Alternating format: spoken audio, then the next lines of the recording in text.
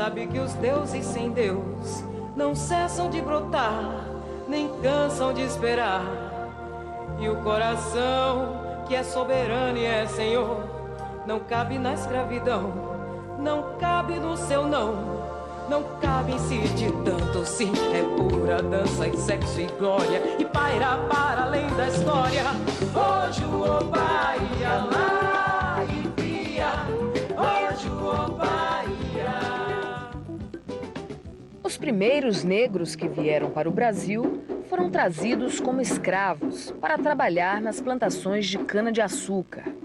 Em 1549, os senhores de engenho receberam a permissão para importar mão de obra escrava da Guiné ou da ilha de São Tomé. Daí em diante, o comércio de mercadoria humana só fez aumentar. Os negros passaram mais de 300 anos subjugados pela cultura escravagista. No século XIX, eles já eram mais de 4 milhões originários das mais diversas tribos africanas. Congo, Angola, Jejinagô misturaram aqui no Brasil os seus ritos religiosos. Foi desse grande caldeirão que nasceu o candomblé, uma semente trazida da África que germinou na América. O candomblé, na verdade, ele é uma criação afro-brasileira. Isso significa que conteúdos trazidos de diversas culturas religiosas africanas, negro-africanas, se combinaram aqui no Brasil de um modo ou de outro e produziram esse culto. Era parte do processo de escravidão misturar no mesmo local de trabalho, misturar na mesma escravidão pessoas de origens diferentes para impedir a solidariedade. Portanto, Congo, Angola, Luba, Nupe, Yorubá, Ijexá, tudo isso foi misturado aqui e terminou se construindo um sistema religioso complexo, de uma religiosidade nova que não existe nesta forma em África, mas toda ela centrada em uma tradição, em tradições africanas no plural. Essa mistura de tradições africanas compôs uma nova linguagem. Os dialetos falados pelo povo de Angola e pelos negros denominados de Yorubás acabaram predominando. Por exemplo, Jeje, que são aqueles que cultuam voodoo. Você encontra no norte do Brasil e no Maranhão o tambor de Mina, né, que é um culto de voodoo, né? Então a entidade é voodoo, né? Você tem o culto de Orixá, né, que corresponde a todos esses povos que se reconhecem como descendentes de Ilé-Ifé. Então aí estão todos os chamados Yorubás na hoje, né?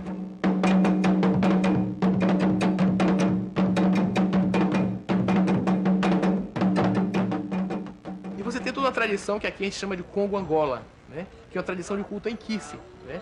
Os Inquices são os espíritos, são as entidades, né? E que é todo o culto do Império do Congo, do antigo reino de Angola, de todos os povos mais ao sul, né?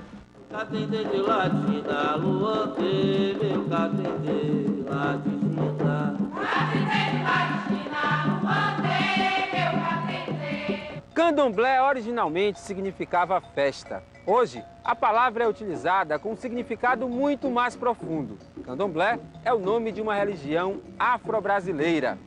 O registro mais antigo que se tem dessa palavra é do ano de 1826, um boletim policial relatando que negros do Quilombo do Urubu se refugiaram numa casa chamada Candomblé. A Bahia é o estado onde o candomblé mais se desenvolveu. O terreiro da Casa Branca é tido como o mais antigo de todos.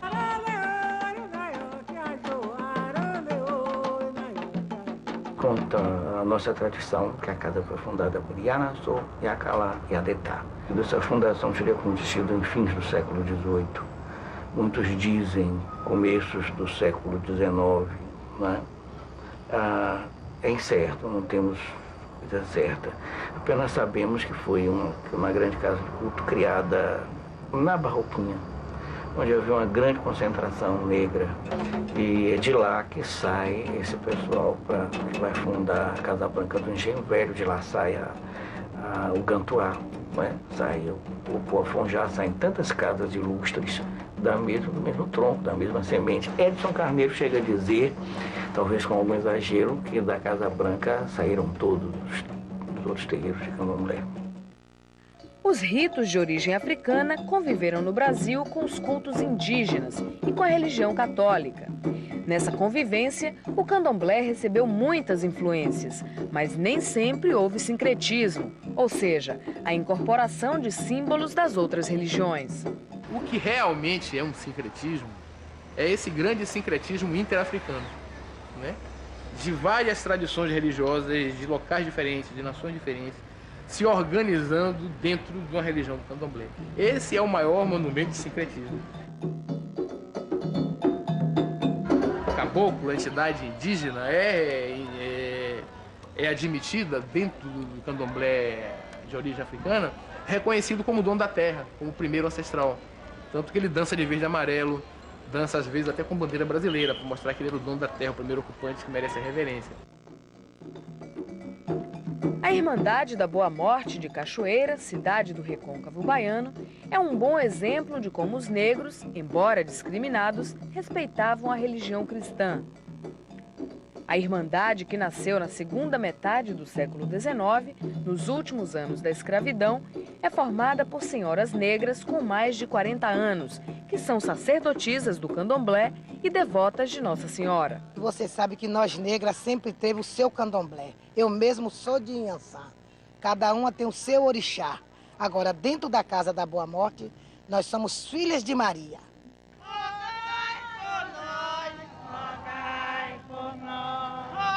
Mesmo sendo devotas de Nossa Senhora, as irmãs da Boa Morte não escapam do preconceito. Eu sou muito caluniada onde eu moro. O povo tem uma raiva de mim, fizeram uma guerra contra mim, diz que é por causa daqui da Irmandade, só me chamam de feiticeira. Me chamam de feiticeira, viu? E tem medo mesmo de mim.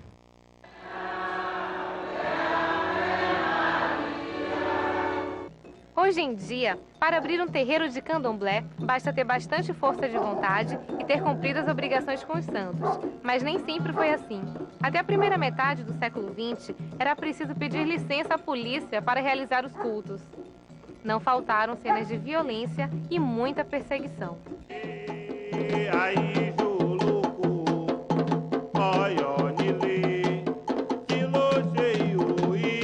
Até a década de 70 do século passado, os candomblés, embora a Constituição garantisse a liberdade religiosa, para que você fizesse um culto de candomblé, tinha que pedir permissão à polícia, tinha que pedir autorização na Delegacia de Jogos e Costumes e pagar uma taxa, não é? E ficava sujeito a represálias se não fizesse isso. Por exemplo, o Pedrito Gordo, que foi o primeiro delegado, era um homem prepotente, violento com tudo, né? Inclusive inventou o casamento da polícia, o cara que inventou o casamento da polícia. E reprimiu os candomblés, para quê? Para tirar o candomblé da visibilidade, jogar o candomblé para dentro dos matos, né? Para que o estrangeiro, quando chegasse na Bahia, não visse um candomblé. Para não dizer, tá vendo, isso aqui é a África. Ele queria mostrar o quê? Uma cidade que foi urbanizada, na beira da avenida, botaram tudo parecendo com a França, com a Inglaterra, entendeu? Para tentar mostrar para o europeu que isso aqui era Europa e não era África. Então o Pedrito Gordo reprimia o candomblé, entrava de cavalo, fazia um bocado de miséria no candomblé de Procópio. No entanto, era irmão de santo de Procópio, era o grande candomblé. As cidades cresceram. As antigas roças de candomblé, sempre cercadas de muito verde, acabaram se restringindo a espaços bem menores, geralmente nos bairros mais pobres. Interagir com a comunidade tem sido um dos grandes desafios dos terreiros de candomblé. O candomblé é uma religião extremamente comunitária. Ela visa o bem-estar da comunidade. Ela é normalmente situada nas periferias da cidade. Então eu acho que um sacerdote de candomblé, ele vê muito mais a pobreza, ele vê muito mais o sofrimento, porque ele vive o dia a dia daquela comunidade ali. O terreiro, ou ilê, é o templo do candomblé. Um espaço geralmente amplo que mistura a natureza com algumas construções de tijolo. Tudo com muita simplicidade. Aqui, tudo é tido como sagrado. E até para entrar é preciso cerimônia. Os adeptos, quando chegam, não podem esquecer de cumprimentar os orixás.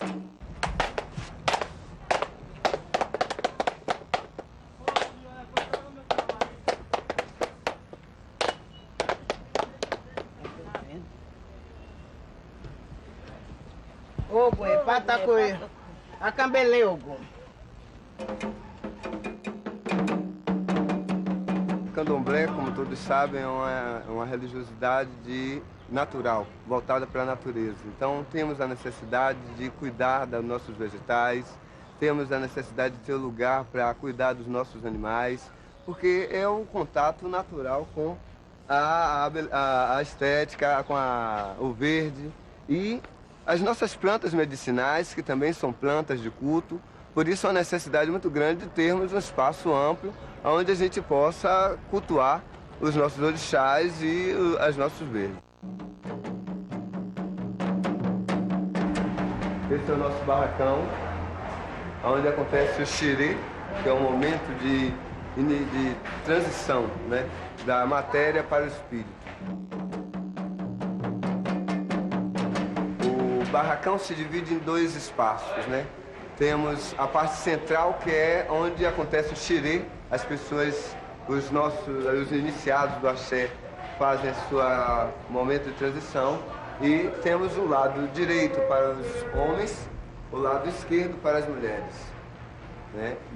Existe a separação do sexo para que a gente tenha maior controle, maior respeito e possa dar melhor atenção às pessoas. Nós temos quarto dos nossos orixás, temos cadeiras especiais para ogãs, babalorixá, o pai pequeno da casa, e também cadeiras que ficam ao redor do nosso salão para as pessoas convidadas que são da seita, que são da nossa religiosidade. Aqui temos o altar do nosso instrumento sagrado, né, onde os ogãs fazem toda a parte percussiva da nossa religiosidade. Está instalada a nossa cozinha tradicional, com fogão a lenha, né, porque temos a necessidade de fazer muita comida, porque é muita gente, então temos todo um momento de preparação constante dentro de casa, não só nos momentos festivos, mas na sua diária, né, na sua vida cotidiana, porque são constantemente pessoas transitando em casa. Apresentando a casa, agora nós estamos em um outro ambiente, que é justamente onde o babalorixá recepciona os mais velhos da nossa casa, os seus clientes, tem uma conversa mais particular com seus filhos. E nós temos aqui a nossa Iarobá, e a Mariazinha, né? E o nosso babalorixá, o PC de Xumaré, Silvanilton Encarnação. Para conquistar novos adeptos, o candomblé usa uma estratégia diferente da maioria das religiões. Você tem toda a estratégia de ganhar o novo fiel tratando bem, fazendo uma boa comidinha, comer legal, dando nele um banho de folha para ele se sentir mais aliviado, né? Prestar algum serviço que ele reconheça que foi graças a esse banho de folha que a vida dele abriu esse caminho. Enfim, é uma coisa de agradar a pessoa para ela conviver, uma religião de convívio comunitário, e não uma religião de convencimento. A música no candomblé tem um grande valor. É o ritmo hipnótico dos tambores que provoca o transe no momento da incorporação. Os 3 atabaques, Rum, Rumpi e Lé, têm o status de entidades sagradas, como os orixás. Não basta ser percussionista para tocar candomblé, que é totalmente diferente. Tem que conviver o ritmo, as cantigas, o ritual do candomblé. E mesmo quem não é iniciado, pode aprender a tocar o candomblé. Agora é a convivência, né? Dentro do candomblé, com os ritmos, né? Com o som de cada instrumento.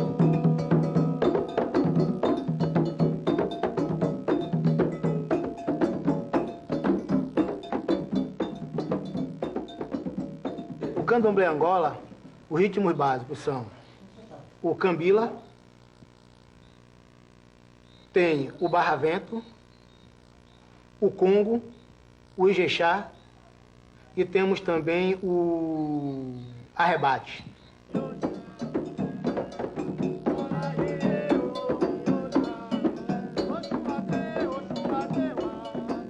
O swing da música brasileira, as linhas e as cores vibrantes da nossa pintura, as curvas cheias de sensualidade da nossa escultura, os textos dos livros de Jorge Amado, tudo isso está impregnado pela herança africana.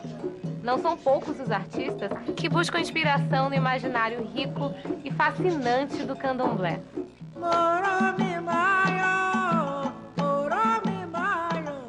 Quem me pariu foi o ventre de um navio, quem me ouviu foi o vento no vazio, no ventre escuro de um porão. Vou baixar no seu terreiro, e parraio, machado e trovão, epa, justiça de guerreiro. Me resolvi no candomblé, sabe disso? E hoje acredito, eu acredito e gosto muito do candomblé. Mas gosto do meu jeito, gosto do jeito que eu sou e do jeito que até onde eu entendo. E os orixás, eles mantêm uma interlocução permanente com nós simples mortais, não é verdade? Exatamente.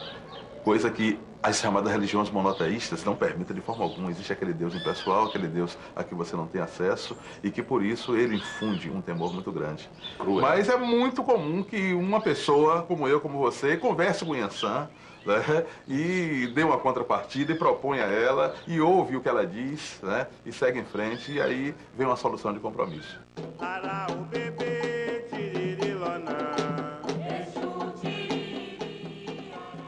Eu, menino, já, sei lá, aos 13 anos, 12, 13 anos, onde eu vi os rituais, às vezes, do candomblé, principalmente na casa de mãe menininha, e eu tinha a oportunidade de ir conhecendo um pouco das histórias, de estar presente, de ver mãe menininha, às vezes, quando podia, jogava os búzios.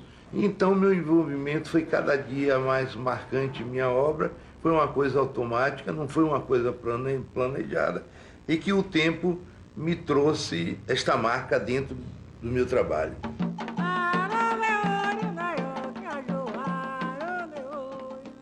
A religião africana, o culto afro, iniciou na minha vida a partir dos 7 anos de idade, quando eu acompanhava minha mãe, já falecida, aos terreiros de candomblé.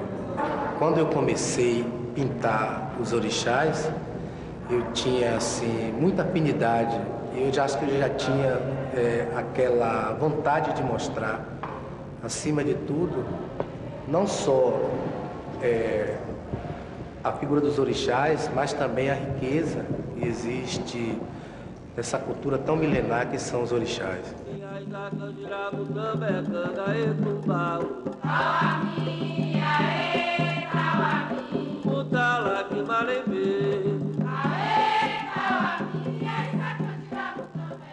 Ok, aru, alacuru, oxotocan, xoxo. Ok, aru, alacuru, oxotocan, xoxo. Quando ele fecha, não abre caminho, orixá pelo fresco. Alacuru, oxotocan, xoxo. Na casa de barro, na casa de folha, alacuru, oxotocan, xoxo. Quando ele fecha, não abre caminho, orixá da pele fresca. Alacuru, oxotocan, xoxo. Tudo que pode ser tocado, que está dentro do mundo tridimensional, faz parte do Ayê. Tudo que é imaterial, ilimitado, o mundo dos orixás faz parte do Orum. O Orum, como uma espécie de dimensão sutil, engloba o todo, inclusive o próprio Ayê.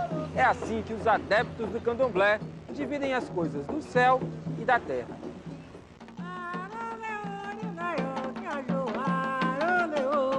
Bem e mal não são separados maniqueisticamente, ou dualisticamente, melhor dizendo, como na maioria das religiões cristãs. Você não tem um antideus, que é o foco do mal, como é o diabo cristão, né? E um Deus de puro bem do outro lado, né? Você tem forças que podem ser usadas positivo ou negativamente, Você, quando entra no terreiro da Casa Branca do Engenho Velho, você pode ver uma frase escrita lá em Yorubá. Aquele que faz bem a si mesmo. Aquele que faz mal a si mesmo. Se tua consciência é clara, a mosca má enviada pelo mal não te faz mal. E axé é tudo positivo que você queira chamar de axé. No sentido de que a palavra ela tem uma extensão semântica absolutamente sem fronteiras para qualificar, para determinar, para informar tudo aquilo do lado que seja positivo. Os ensinamentos do candomblé não estão escritos em livros ou tábuas sagradas. São passados de geração em geração através da tradição oral. Olorum é o Deus Supremo, o Senhor do Universo. Cada orixá é um enviado de Olorum para cuidar das coisas da terra. Cada pessoa tem um orixá. Cada orixá tem uma personalidade. Segundo o candomblé, eles estão vivos e atuantes dentro e fora de cada um de nós. Orixá é uma palavra de origem iorubá que significa ori, cabeça, chá, guardião. Orixá é o guardião da cabeça. E as pessoas já nascem com seu anjo da guarda. Não é como na Igreja Católica, por exemplo, que você pode escolher um santo que você seja simpático e passar a ser devoto daquele santo. Bebê tiririlona, Exu tiriri, arau bebê tiririlona, Exu tiriri, arau bebê tiririlona, Exu tiriri, arau bebê tiririlona, Exu tiriri, arau bebê tiririlona.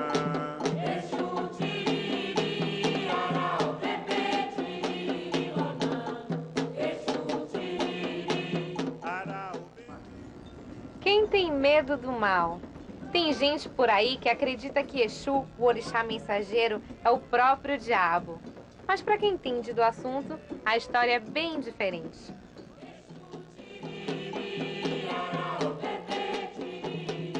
Exu, ou vê Exu como algo ruim. Mas Exu só é ruim para quem é ruim para ele. Eu não sou ebombe, não sou mãe de santo, não sou ialorixá, não sou babalorixá. Mas tem uma concepção diante do candomblé ampla, imensa. Mas, digo, não tenho medo de Exu, que Exu é orixá, é o primeiro orixá do candomblé. Foi Exu, Orungão, veio de Iemanjá, veio das águas, veio do surgimento. Que água é o surgimento? Exu é o orixá do caminho. Sem ele, a gente não faz nada. É o orixá que abre seus caminhos, que é o mensageiro entre o nosso mundo e o mundo dos orixás.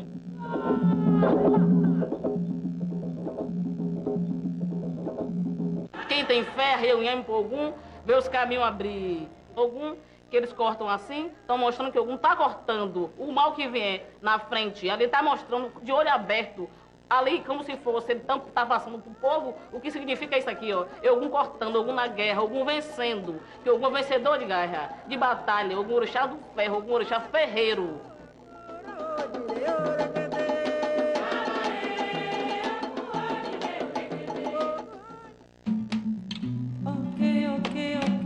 E Oxóssi, o Xogossi, o grande caçador, o rei da caça, o rei de Queto. Oxóssi é cultuado na Bahia, dono da fartura. O povo que tem Oxóssi tem muito a vencer na vida. Então, ele, o Oxóssi do grupo Ojurire, demonstra o passo das caçadas, mostrando as caçadas, caçando, porque ele foi caçador, ele caçou para comer. Um caçador, como o Oxóssi responsável, não mata por matar, ele mata para comer. E é a lei do mundo, a lei do Oxóssi. Só se mata para comer.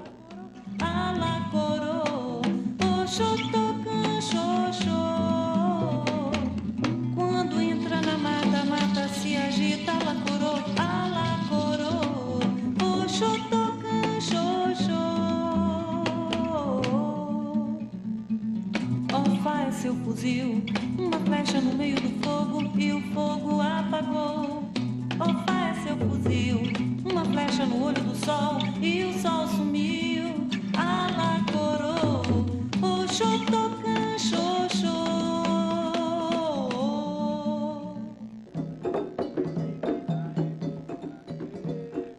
Ossan é o orixá das folhas.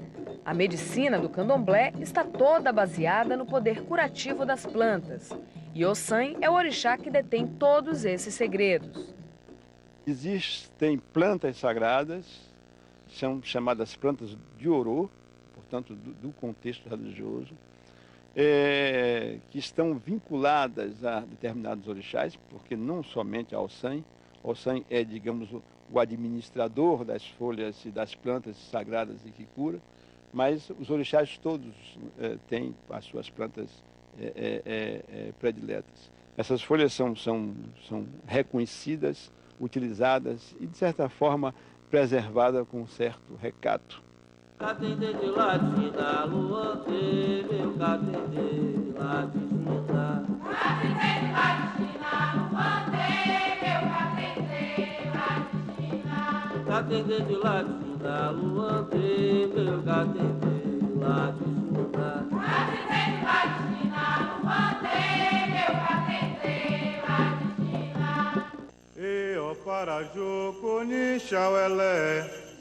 O é dono da doença. O povo que cultua o Omolu não pode pedir saúde, porque o Omolu não tem saúde para dar. O Omolu só tem doença, então o povo pede. Omolu, leve as doenças. Só pode pedir isso ao Omolu, porque o Omolu me dê saúde. Não pode, porque o Omolu não tem saúde para dar. Mas é um orixá muito perigoso dentro do candomblé. O povo tem que ter muito respeito.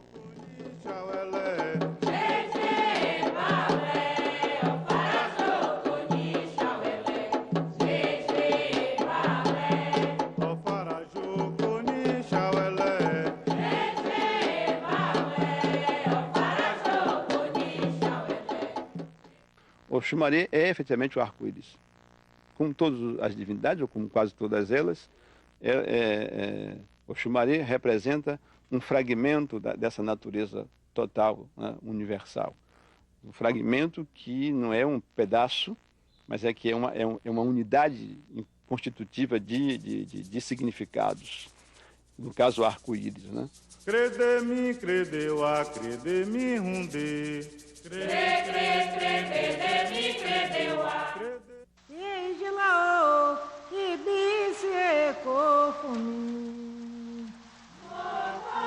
Nanã é a orixá mais velha, ligada ao mito da criação do homem, que teria sido moldado em barro antes de ganhar a vida.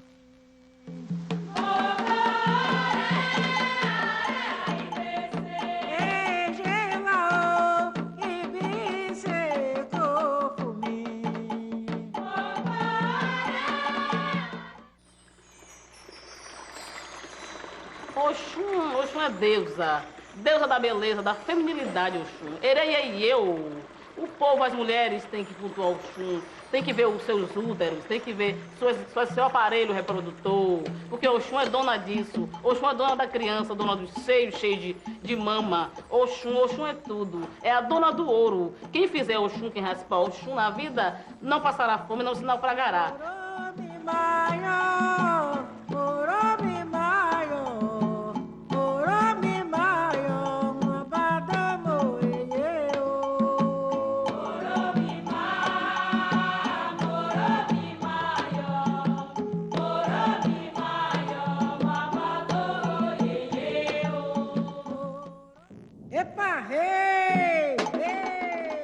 Yansan, eparrei a meçã, eparrei a funchó, a gembe, a funqué, olha a balé, olha a dejá, eparrei. Yansan, deusa do raio, deusa da tempestade. Yansan é tudo, a guerreira amazona. Yansan foi a única mulher que foi pra guerra, desafiou as normas dos homens e foi, porque é o único orixá, Aboró. Aboró o que é Aboró? Aboró é o orixá que vai em Sirum. Yansan vai. Yansan é retada, Yansan é tudo. Yansan é grande guerreira, Yansan desafiou algum. Tanto que canta Heroiacotá, Megeia, Yansan e Ogum brigando. Um divide um em 9, outro divide outro em 7. Eles brigam porque um quer ser mais que o outro.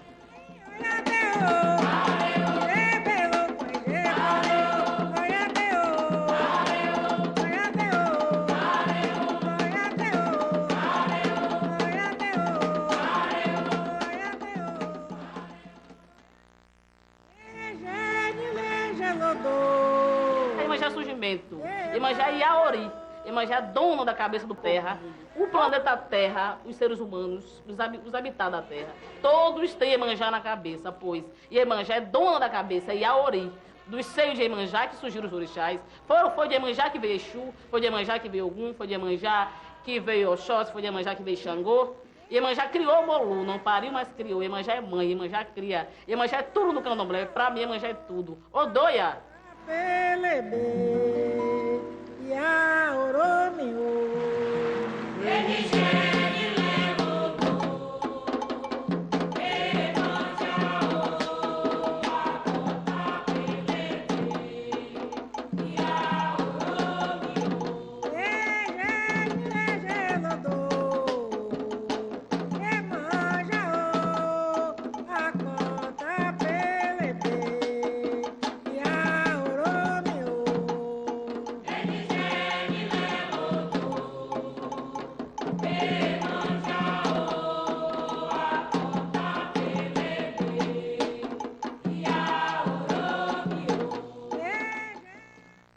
E aí, Juluco, Xangô é pedra. Xangô é dono do Ocossi, dono do Ibá.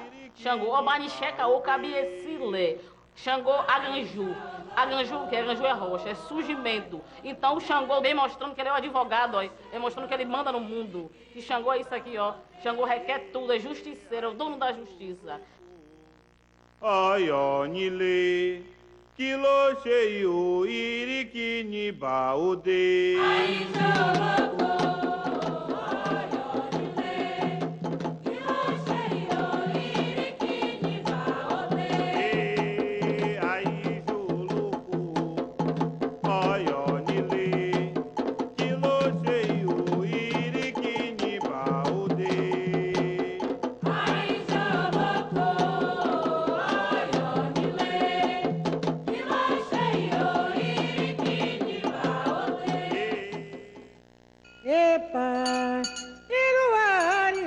Oxalá é o líder de todos os orixás. A ele, todos os outros devem obediência.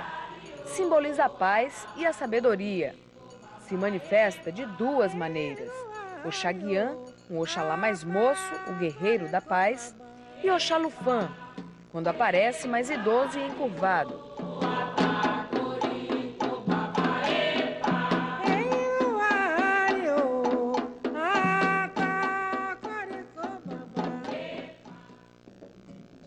Como acontece em todas as mitologias, o candomblé também está recheado de lendas. Uma das mais bonitas é a que fala do romance entre o caçador Oxóssi e a vaidosa Oxum. Ao vê-la banhando-se no riacho, Odé, o caçador destemido, não resistiu a tanta beleza. Eu vi mamãe Oxum na cachoeira, sentada na beira do rio, colhendo colhendo lírio, lírio lá, colhendo lírio pra enfeitar o seu congá, colhendo lírio, lírio, colhendo lírio, lírio lá, colhendo lírio pra enfeitar o seu congá. Eu vi mamãe Oxum na cachoeira, sentada na beira do rio, colhendo lírio, lírio, colhendo lírio, lírio lá, colhendo lírio pra enfeitar o seu congá, colhendo lírio, lírio, colhendo lírio, lírio lá, colhendo lírio pra enfeitar o seu congá. Esse amor deu origem a um novo orixá, Logum Edé, orixá que mistura características do pai e da mãe, caçador e pescador, inteligente como Oxóssi e vaidoso que nem Oxum. Logum Edé demais, sabido puxou aos pais, astúcia de caçador, paciência de pescador. Logum Edé demais, Logum Edé depois que Oxóssi encontra a mulher, que a mulher decide ser a mãe de todo prazer. Logum Edé depois O orixá também é conhecido como inquice ou vudum. A denominação depende da raiz africana da qual o culto se origina. Mas alguns terreiros de candomblé cultuam também os eguns, que são os espíritos dos ancestrais. Esse culto é cada vez mais restrito. A localidade de Amoreiras, na ilha de Itaparica, é um dos locais onde ele foi preservado.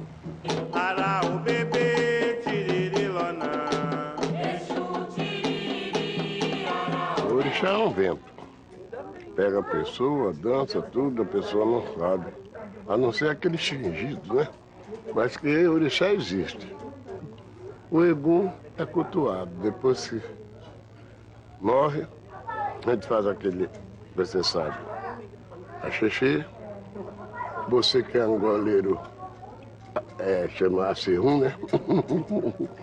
Depois de 3 anos a gente fazemos o acu para aquela pessoa flutuar naquele plano. É um vento. Nem todo mundo pode chegar e nem todo mundo tem a competência de convocar, chamar com palavras e cantos. Pai Domingos é o Alapini, sacerdote máximo do terreiro de Eguns de Amoreiras, um cargo que recebeu do avô. O meu avô era fora de série. Ele andava por aqui, fazia a festa da encarnação, aqui na encarnação perto de Salina, fazia a festa lá em Vera Cruz.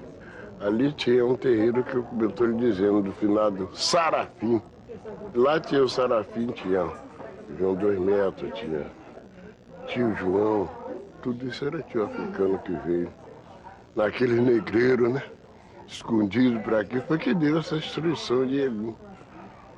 Que aqui no Brasil não tinha ninguém que sabia essa parte. Essa tradição veio da Nigéria, de Dakar, desses lugares lá.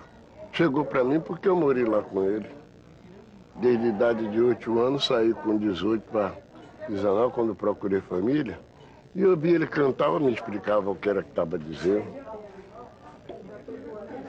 Na hora de me dar a coisa, ele mandou me ajoelhar, pegou a faca, me deu, diz as palavras para poder entregar a mim. É como hoje, meu pai dá para sacrificar um bicho, um carneiro, um bode como está ali. Eu já passei para aquelas pessoas que têm a competência de cortar. Que é para não fazer mal. Porque às vezes você te corta um bicho hoje e não sabe cortar. Aquele bicho pode dar um berro e tudo isso, a gente vai embora dentro de poucos dias, sem saber por quê. Muita gente tem medo do candomblé de Eguns. O Alapini Domingos diz que esse medo não é sem fundamento. E até na hora de falar dos assuntos da casa, é preciso tomar cuidado. Não estou falando nada demais, estou falando o que eu posso falar, para não lhe prejudicar. A você e a mim, né? A gente fala o que pode, o que não pode se sacode.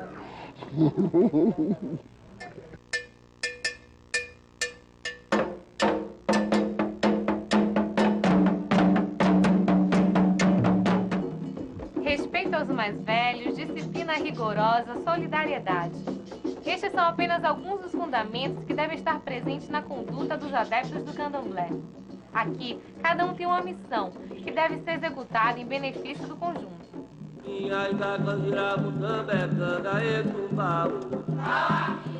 O Tata de Inquice, que é o zelador do Inquice, que é o Babalorixá de Yorubá, ou a Yelorixá, no caso de mulher, é a pessoa responsável por toda a estrutura religiosa e política da casa. Reside nesse zelador essa responsabilidade de conduzir os caminhos daquela comunidade.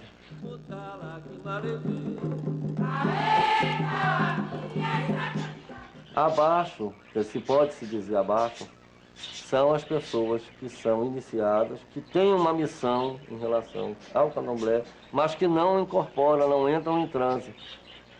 Que no caso masculino, em Yorubá, é o Ogã, em Kikongo é o Tata, e a Ekede, em Yorubá, que em Angola é a Makota.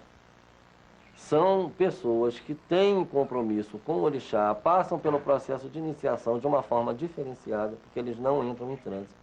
Essas pessoas são responsáveis pela condução de toda a liturgia de candomblé quando o Pai de Santo está em transe.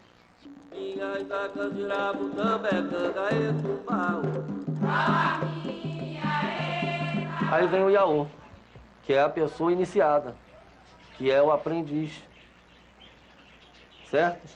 Depois do Iaô, abaixo vem o Abiã, que é o postulante a iniciado.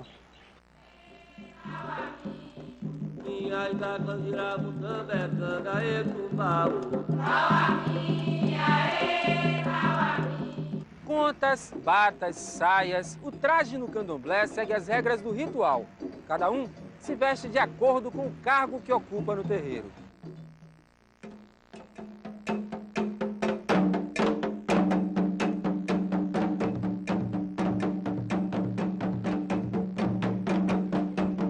A roupa de ração é a roupa no qual é usada para nossos trabalhos internos.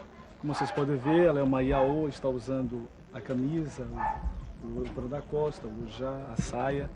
Entendeu? Principalmente o pano da costa, ele é muito importante porque para proteger o ventre se usa o pano da costa. Entendeu? Há a diferença da roupa da mulher e a roupa do homem, da bata e da camisa. O ojá que envolve a cabeça, principalmente nos horários em que elas estão, as filhas de santos estão trabalhando, fazendo alimentos e etc e tal, ela coloca o ojá para que seja também uma proteção para a comida.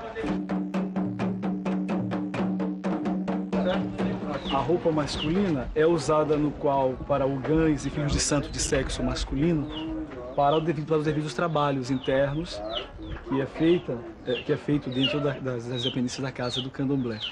E a conta, o lequé, como nós chamamos na nossa religião, chamamos a conta de lequé, a nossa nação é melhor, ela designa o orixá de cada pessoa e também para o proteger.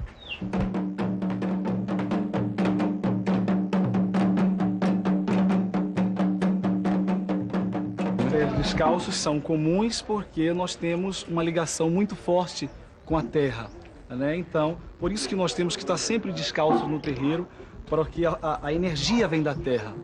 Então é por isso que há a necessidade de todos nós ficarmos descalços no terreiro e em todos os atos litúrgicos. A cor branca é uma cor forte, é uma cor que identifica bastante. No dia a dia a gente só usa branco porque ele caracteriza a roupa de ração. Ela deve ser unicamente branca. O preto ele não deve ser usado unicamente, a pessoa se trajar toda de preto, se elementar toda de preto. Não é permitido no nosso povo, mas ele pode ser complemento de roupas, de cores, de estampas, em outras roupas, pode ser um complemento de uma outra roupa, de uma outra peça, sem causar nenhum transtorno para o iniciado ou adepto. Tem muita gente por aí abrindo casa de candomblé e dizendo que é pai ou mãe de santo. Os legítimos representantes da tradição dizem que é para ter cuidado com os falsos sacerdotes. O verdadeiro zelador de orixás passa por um processo de iniciação que exige muita dedicação e sacrifício. Se a pessoa tiver 50 anos de santo e não tiver vivido dentro do candomblé, ele não aprendeu. Por isso que a formação clássica de um iniciado, para ter um cargo de sacerdote, o caminho é esse, é a obrigação de 1 ano, de 3 anos, de 7 anos, de 14 anos e 21 anos. Eventualmente essa coisa foi mudando muito, porque as pessoas não têm paciência de esperar. Tem charlatão em tudo quanto é lugar. E o charlatão não destrói uma arte, uma religião, uma técnica, destrói. Ele engana.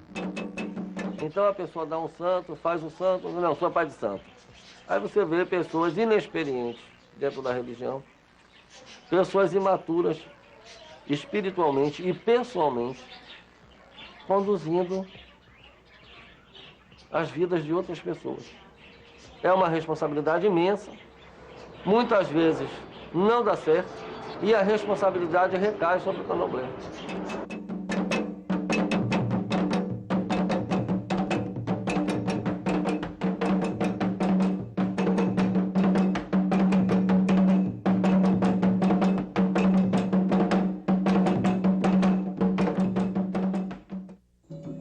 Se dependesse dos adeptos do candomblé, planta nenhuma seria retirada do seu ambiente natural se não fosse por uma causa muito importante. Nenhum animal seria sacrificado se não fosse por um motivo nobre. O respeito à natureza é a base de todos os ritos, desde o mais simples banho de folha ao mais complexo banquete dos orixás.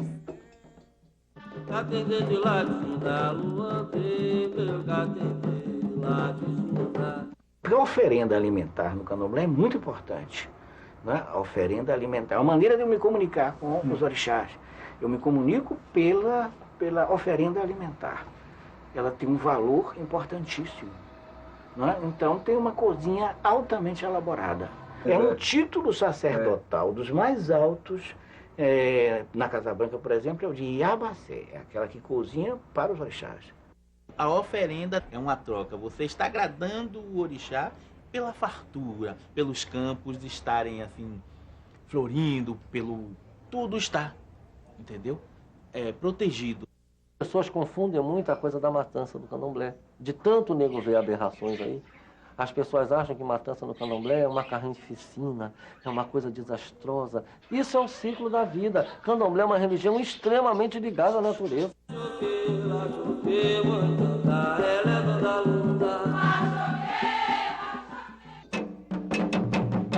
O Ifá é, sobretudo, uma prática divinatória, né, de origem nigeriana, que se estende um pouco pela República Popular do Benin, e que consiste basicamente através de um equipamento oracular chamado Opeleifá, né, em se buscar respostas no mundo sagrado, no caso específico no mundo dos orixás, às mais diferentes questões que são postas pelos consulentes.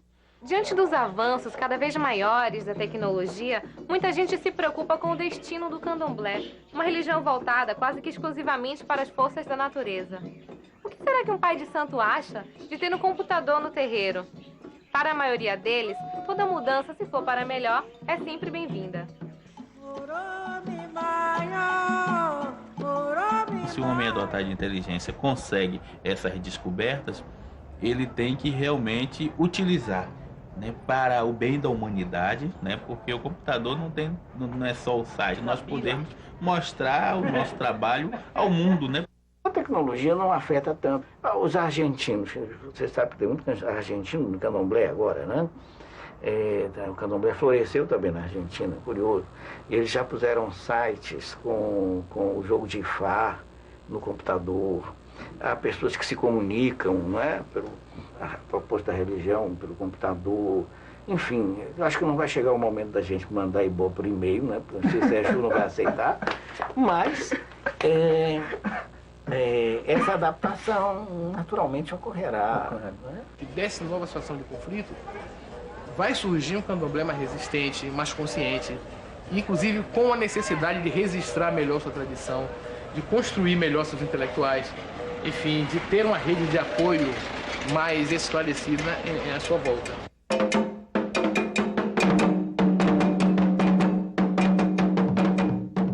Algumas das sementes que vão garantir o futuro do candomblé estão sendo plantadas nesta escola de ensino fundamental que funciona dentro do Ileopô Afonjá, um dos terreiros mais respeitados de todo o país.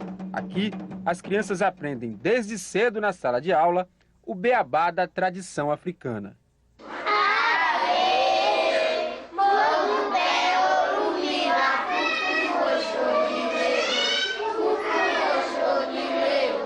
Nós pensamos em fazer um trabalho onde nós pudéssemos utilizar princípios e valores da cultura afro-brasileira, né, numa possibilidade de reparar todo ensino preconceituoso que se tem feito no Brasil.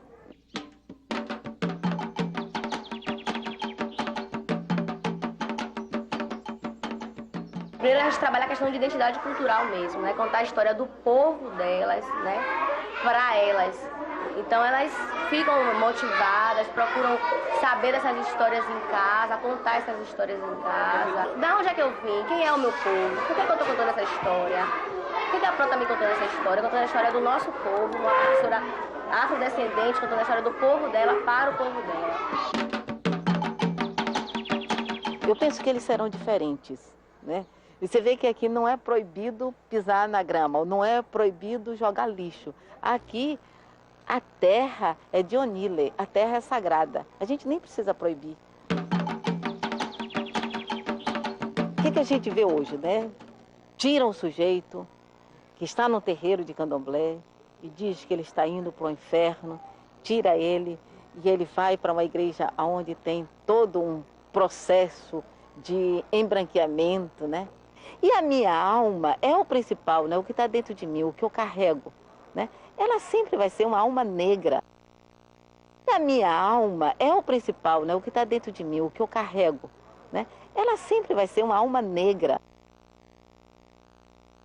Bahia, Iorubá, Iorubá, Bahia, Iorubá, Iorubá, terno, terno de reis, Nagôs e Malês, Jeje e Jexá. Ala dos alabês, alá dos ilês, Banto, Gantuá. Ruas por onde andei, cantando encantei, encanto a cantar. Menina, meninei, sonhos que sonhei, castelos no ar. Sonhos dos maculelês, é tudo que sei, de tudo que arremuriou. Bahia.